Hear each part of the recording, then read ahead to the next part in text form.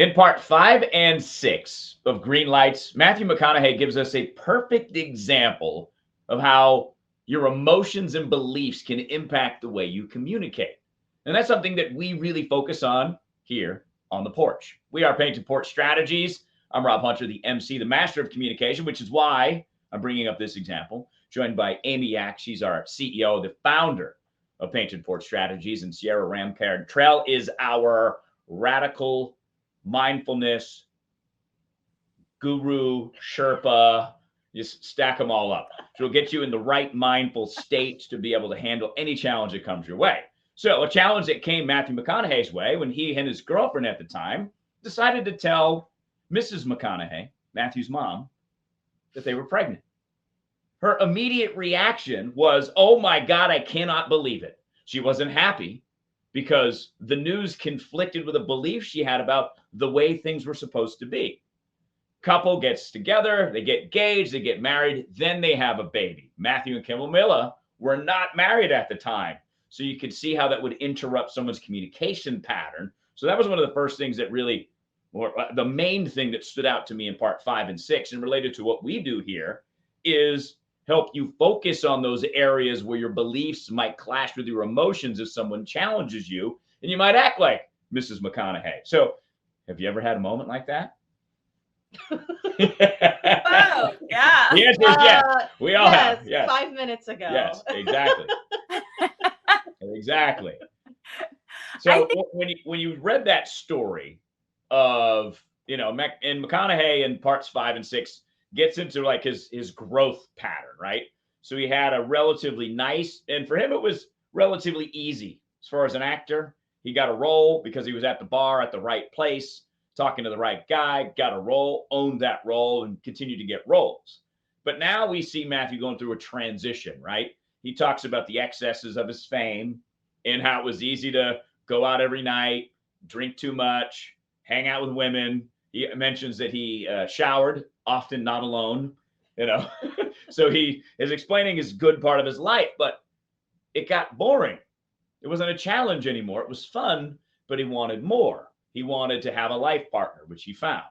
And I love this growth period that he talks about too, because we often think of a celebrity like this, who's rich, who's got all this money, who's just going to have it on Easy Street. But even Easy Street gets a little too easy sometimes.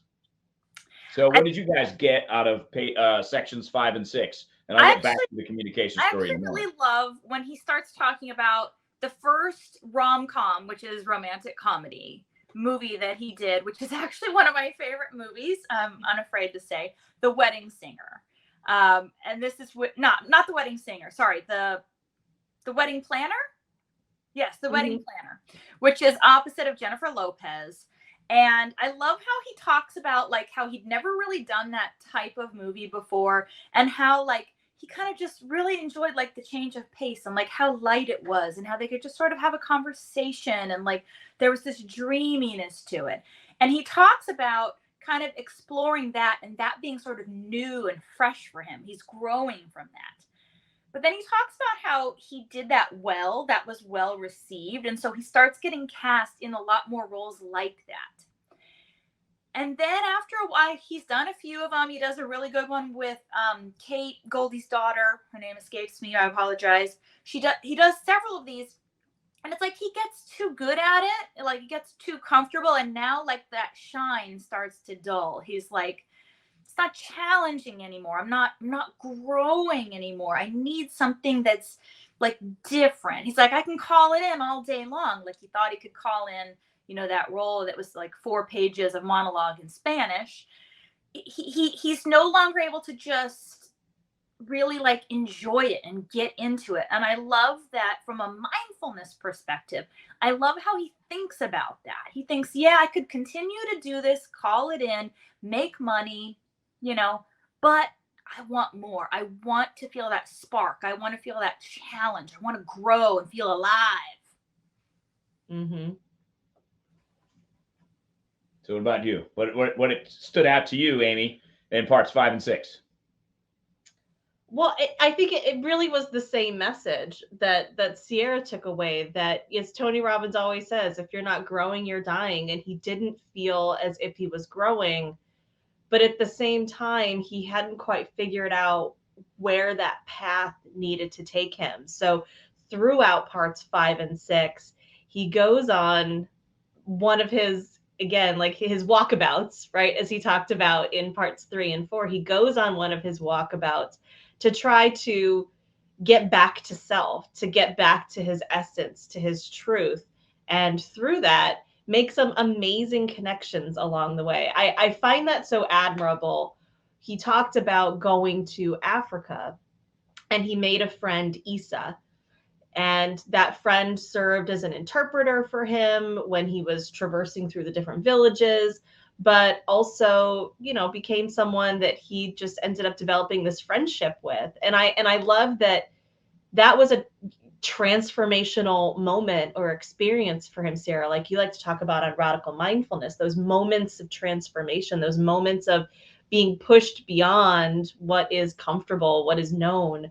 And then through that, he has this beautiful friendship that he still maintains today. I think he said he went on vacation with him last year, which I think is it's so wonderful that he went on this journey of discovery and really didn't know where it was going to take him. He just knew he had to go to Africa, and he picked a place.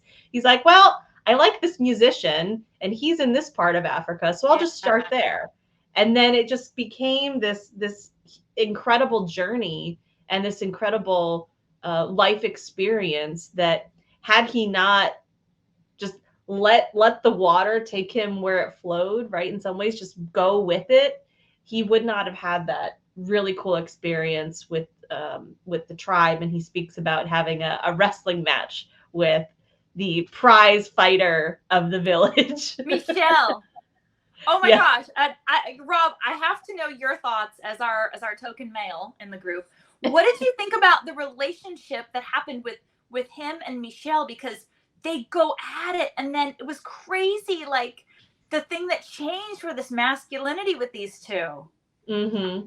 But what I loved most about it is the idea that came out of all of that, not just the challenge, the wrestling match that Matthew McConaughey found himself in the middle of the country, Mali, as he was navigating between villages, 15-mile walks. It's the idea that it's about understanding. So let's back it up just a little bit. Oh, yeah. When he's sitting at dinner with two other men, and the two men are arguing because they see a lady of the night. And one of them is saying, well, that's immoral. She shouldn't do that. That is against the Muslim religion. The other guy says, wait a second. We don't know what her background is. We don't know anything about her. And they're arguing, and they're getting louder and louder and louder. And then McConaughey takes a side. And then afterwards, he learns that it wasn't about taking a side, because what these two men were doing is understanding each other. So that's the background of the wrestling match, too. This is just a ritual. It's a challenge. It's a completely different part of the world. There's no electricity. There's no phones. There's just the tribe. Mm-hmm. So understanding their, I guess, rituals was super important. He didn't try to talk his way out of it. He just did it. And he ended up bloody, but he gained respect of the entire village because he understood their ritual and was willing to partake in it, despite the fact that it was a major injury risk for him. And then what was so fascinating was, again, a different ritual. The guy he wrestled against, Michelle, took his hand and walked with him 15 miles to the next village, because that's what you do to welcome someone. And then he turned around and walked back, the wrestler did, leaving McConaughey there.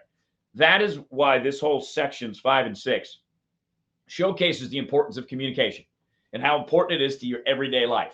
It is the skill we use the most, but we don't often treat it like a skill. So you go to school, you learn math, you learn how to read, you learn all these important things. But how to communicate is how you get through life. It's how you build relationships. It's how you understand that it's ritual time in Mali, even though you don't speak the same language. You can figure out how to get along and understand each other, which is what I thought the so important message was, that goes beyond McConaughey to us, that he shares with us. Yeah, I agree. With that whole conversation, the interesting part, the way he laid it out was, again, these two gentlemen were in a debate, or they were in an exploration of understanding ultimately, but they were in a debate talking about whether or not they agreed with what this woman was doing. Matthew spoke up and said, you know what, I actually agree with so-and-so. And it was interesting because the guy that he agreed with was like, no, you can't, that's not the point. And then the guy who he was arguing against was actually trying to get him to understand. It was really funny that they turned on him almost because he didn't get what was really happening here. You know, it's not about right and wrong. It is about, do you understand? Yeah. And one of the things that I love that I pulled a quote out, he said, to lose the power of confrontation is to lose one's chance at unity. And it makes me think about that lightness and darkness, that yin and yang, that, you know, fear and love, or whatever the two balances are, that dichotomy of life. And we talked about that a lot here in our book clubs, especially with some of the books that we've read recently. But you need conflict to create connection.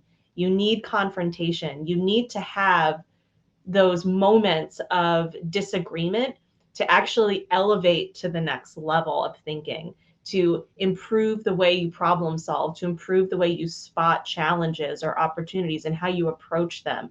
And it's through that confrontation, through that conflict, that you then create a connection with someone else because you went through it together. Whether you agreed or not with one another, it all goes back to that idea of understanding, which is so key, both when it comes to how you're communicating with people, but also how you develop really strong relationships in your life and your work.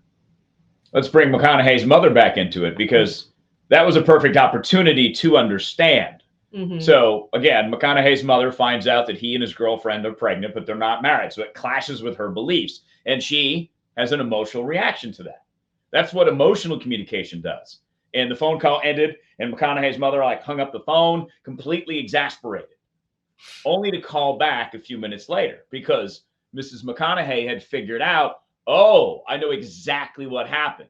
I've had a belief for a very long time, maybe 70 years at this point. I'm not sure how old she was, that it goes like this: couple meet, couple date, couple get engaged, couple get married, couple have baby. So this whole belief that she had inside of her body and her mind for so many years interrupted her normal flow pattern of communication because the emotions were triggered, if you will. So you all know, when you're angry, you have a feeling, right? And you communicate that way. It's like the fire's coming out of your mouth, mm-hmm. because your body's on fire when you're angry because it's in fight or flight response. Well, oftentimes our old school brains think that any challenge to anything we do, think, or say is fight or flight. That's how we've been trained. So that's a key lesson in importance in communication for both the receiver, which in this case was Matthew and Camilla, and Mrs. McConaughey. So you're picking up clues if you listen, oh, I understand what she's doing here. Something has challenged her belief system and she's reacting this way. So if you understand that with the quickness, you don't have to react the same way. Because oftentimes when you communicate in anger, and Amy and I have been together for 23 years, we've done this a few times, it just gets heightened, right? And the tension grows and grows and grows until one of you says, I need 5 minutes, or whatever the technique that you use is. The key is to try to, okay, so what can I do? Because if Mrs. McConaughey's emotions triggered my emotions, ask a question. It gives you time and say, whoa, Mom, where's this all coming from here? I thought that you think this was be good news. And you could talk your way through it. And then she could arrive at the conclusion, which she eventually did, that, oh, okay, I was being emotional and I communicated emotionally. And I think that's such an important lesson, especially tied in with his trip into Mali, McConaughey's. Yeah, I think that's a great point. When it comes to communication, you're exactly right. How often our emotions get in front of us, and how we say things before we've really had time to process it. And first off, that's going to happen. We're all human. It's going to happen on occasion. But you're exactly right that rather than coming to the defense of the reaction that you're receiving. Instead, you could start by being curious, right? I always think, Sierra, like your dad, curious. Help me understand more of why you think that way, rather than lashing out or trying to fight back or, prove them wrong in the conversation. Along with that, though, I think there's another piece that takes more work, which is taking the time to not immediately react to what, that lizard brain of yours and what it immediately thinks. Don't immediately have it come out of your mouth. You talk about that a lot. You have a whole tool, Rob, in fact, in your program Master Your Message, called a wrap. And the whole idea of it is so that way you don't, as McConaughey's mother had to do, call back and say, I want to have a whiteout on what I just said. A lot of times we can't just white out. Hold on. Let's explain what whiteout is to the kids. So back we used to write stuff down like on a page like this, instead of typing it and we had to, if you wrote it in pen, you couldn't erase it. So you had to take this substance called whiteout, came in a little bottle, and you had to put the whiteout out and write over the whiteout. Mm-hmm. Like a redo, like an edit. A redo, a fix, an edit. I took typing class, and on a typewriter, there is no reverse. So there's a special whiteout tape that you put in, and it whiteouts over. So it's basically undoing what you've written. So amazingly, so back up one more step. In Rob's program, Master Your Message, he has had us write a wrap. Reassess? No. Recognize, assess, and process. So amazingly, she blurts out all this anger, and she hangs up the phone. And Matthew and Camilla just kind of sit there like in shock. Okay. And somehow within the course of a few minutes, his mom does the wrap, recognize, assess, process, realizes, oh shit, I shouldn't have reacted like that. Start over. So she calls back, and they're sort of like, uh-oh, what? There's more? Nah. She says, am I on speakerphone? And she says, okay, wipe that out. I'm sorry, I overreacted. I'm really excited for you guys. Congratulations. And the best part is that Matthew McConaughey kind of just waits, and he just kind of looks at Camilla, and she's like, yes, whiteout accepted. And I think that that's when he falls in love with her even more. Mm-hmm. Yeah. And it's just that willingness to understand that when we communicate, we're going to make mistakes, because we're all human. We all have emotions. And I love, he talks about a little bit later on, McConaughey does in the book, a retirement home, a retirement community. And he points out that this particular community, all these older retired people at this point don't give a damn. They are who they are. They accept who they are, but they also accept who others are. So he makes the point, McConaughey does, that in this home, they like to laugh and they like to be laughed at, because they accept who they are. So they're confident enough to laugh if someone makes a joke at their expense. And that's that wisdom of age. And that's when you really know you've mastered your message. My online program available now. Because that you're tuned into who you are and you accept who you are. And even though you make mistakes, you're confident to say, you know what, I blew it. Like McConaughey's mom did, right? Like, this is what happened, my bad. And if you do that and you're truthful about your apology and you can communicate that, most of the time, depending on the offense, of course, you will be forgiven. And you'll be like, okay, we understand why you did that, because you shared some insight that us getting pregnant outside of marriage clashes with your beliefs. Mm-hmm. So of course you're going to be emotional.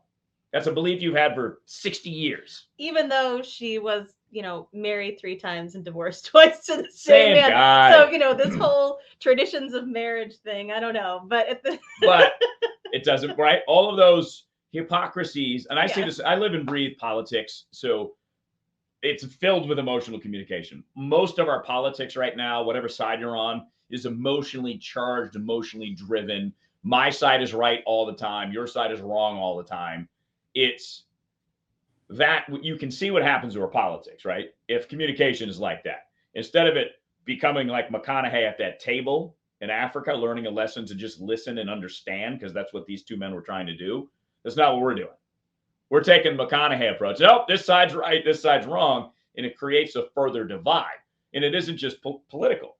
It could be in your office. It could be in your marriage. It could be in your family.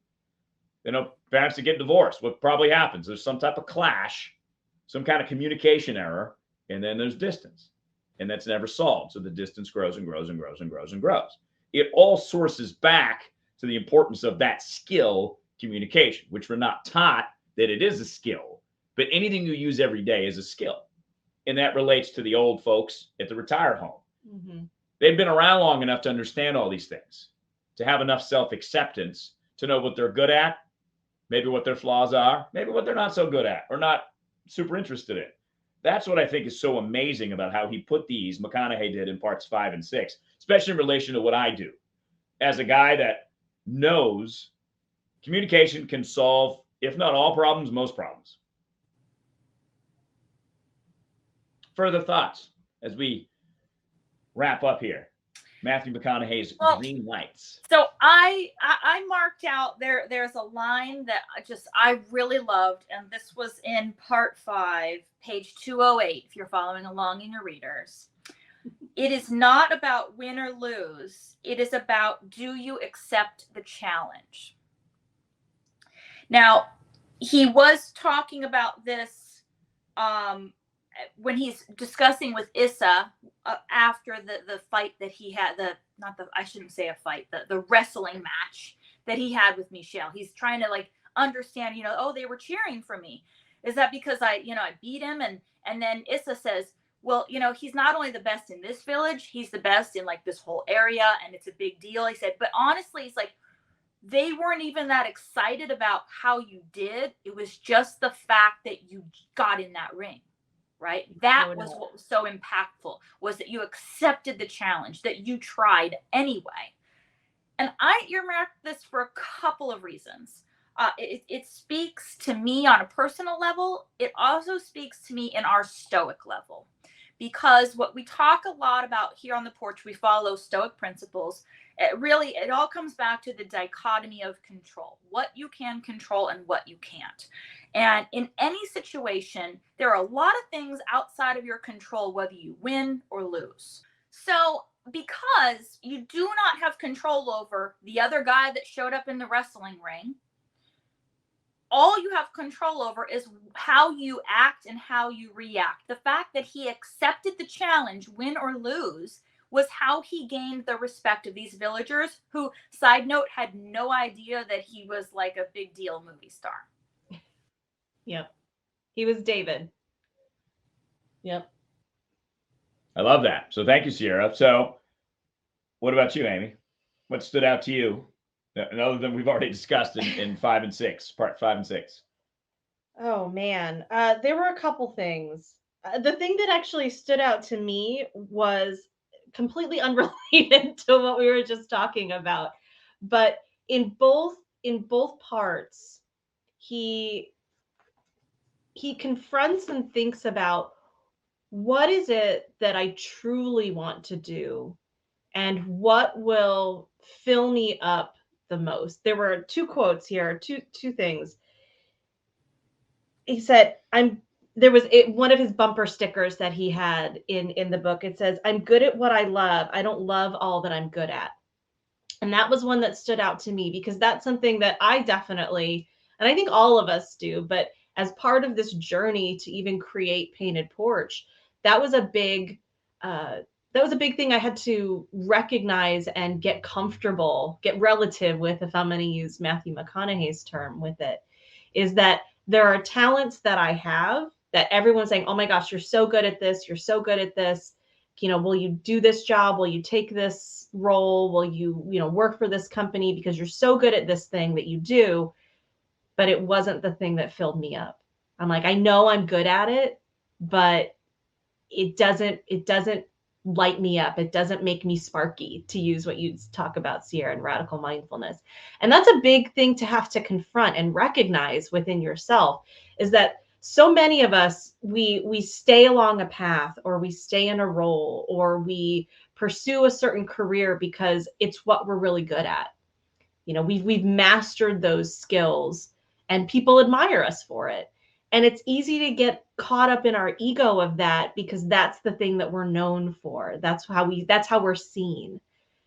But sometimes those things that make us seen are not the things that give us life and vitality. And it's having the courage to be able to sit with yourself, just like what Matthew's done multiple times in this book. Sit with yourself, get relative, be honest with yourself about what it is that you truly want to do and what's going to fill you up. And he talks about it again at the end of part 6, where at the time he had 5 different companies, or he was doing 5 different things. He had a production company. He had, I think, a publishing company. He had a record label. He was acting, and there was something else. And he finally got to a point where he was like, you know what? I put the quote, I was going to bed with an itchy butt, waking up with a stinky finger for long enough. Yeah, that was so funny.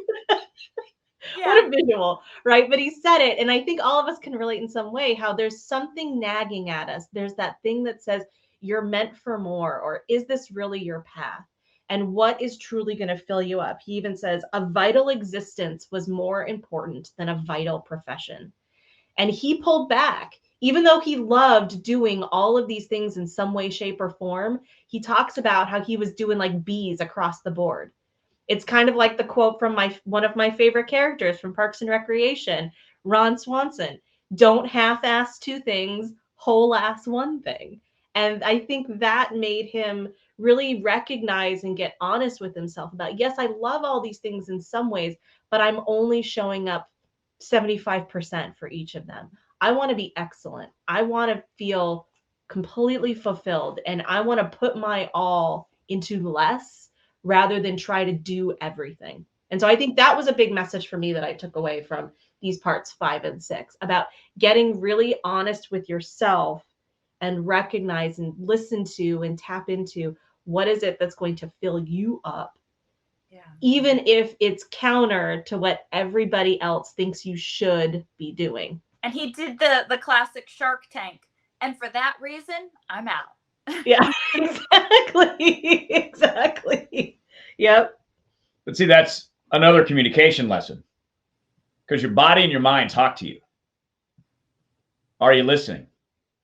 Because that's a huge part of what influences your communication and how you, I guess I'll say, market yourself to the outside world. So there's certain things you want to do, right? Whether it's advance in your career, whether it is make a transition like McConaughey, your body's talking to you and you know when it's congruent, and you feel incongruent when you're not listening. And that's what McConaughey went through, is that he had this dream, right? He called it a wet dream in both of his trips, the Amazon trip and the Africa trip. So he just decided to follow the dream, and he got the lessons he needed to get by following the dream. Why? Because his body was communicating to him. Maybe for you, it is a dream. Maybe it's not. Maybe it's your just mind tells you something. Maybe you hear a whisper of something. That could be a calling. That's why you have to listen to yourself as well as listen to others. And to bring back McConaughey's mom into that, is that she wasn't listening. I mean, it was her belief that came out. So it was maybe like a shock, right? And that shock is how she communicated, rather than, oh, I'm about to be a grandma. How cool is that? Because, the belief is that important. So when you face those challenges in communication, when someone triggers your emotions, that's when you take your pause. Because, there's an emotion. If you feel something that's going to cause you to say something off, don't say it if you can. Kind of the things we work on here at Painted Porch Strategies. But also to that end, I just want to highlight, that's where Sierra, as our mindfulness Sherpa, you focus a lot on the idea of just stopping and listening, giving yourself the grace and the space to stop, listen, and connect. Put the phone down. Well, yeah.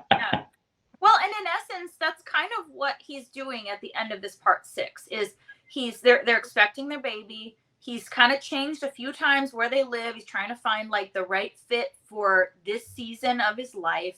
And he's starting to really like prioritize what are the important things. And he realized he's he's got so many projects on. He's not doing a great job. I need to pull back. And he's still kind of working on this growth. He's not entirely sure where it's going to go, but he does zero in on a couple of priorities. And this is where I think whether you're a family or whether you're a business or any kind of a team, it's getting really clear on your priorities, or you might call it a mission statement. But having that not just be words, but something that you can really understand. So he talks about how he's always wanted to become a father, how that's been really important. So he needs to start making some more space there for that. And I talk a lot about how if you imagine an energy tank, if you imagine that your full tank of energy is 100%, if you're wasting 40% on worry or on this other record label thing that's not like really that important to you, you're down to like a 60% max on the other stuff. And you're dividing that between all the other priorities you have. So when you think about the priorities and then align them with how you're actually directing that energy, it allows you to be a lot more intentional with what you choose to do, what you choose to say yes to, and how you talk to yourself about those things. It's your perception as well. So, I mean, we could go down the rabbit hole, absolutely. But this is Stoic lessons. This talks to all three of us. I mean, like, this book is aces so far. Mm-hmm. Absolutely agree. So we highly recommend it. There are 2 more parts to go, parts 7 and 8, which we will do next week. So this is our Painted Porch Strategy Book Club, where we just discuss books. We basically assign each other books. We rotate. This month's McConaughey, my choice, because it's a memoir of reflection. But there are so many lessons that we know here on the porch that are incredibly important to everyone. Certain skills we can use to live that fulfilled life, to pursue whatever version of happiness is for you. That's why I love this book so far as well. Mm-hmm. So we recommend it. Agreed. 100%. I think it's a beautiful story and a journey of how he's livin, how he's living his life. But also there's so many wonderful lessons here about how we can take some of those core principles that we really focus on here, how you communicate, as you touched, how you listen, how you get real, how you get relative with yourself through exercises of mindfulness, or as he calls them, walkabouts. And then how do you actually work and collaborate with others to be able to bring these visions, bring these ideas, bring that life fulfillment forward. So all of those are so key with what Matthew's talking about. And I look forward to wrapping this up next week and seeing where he takes us next on his walkabout. So come hang out with us. You can subscribe right here to follow along, or head over to our site on thepaintedporch.com.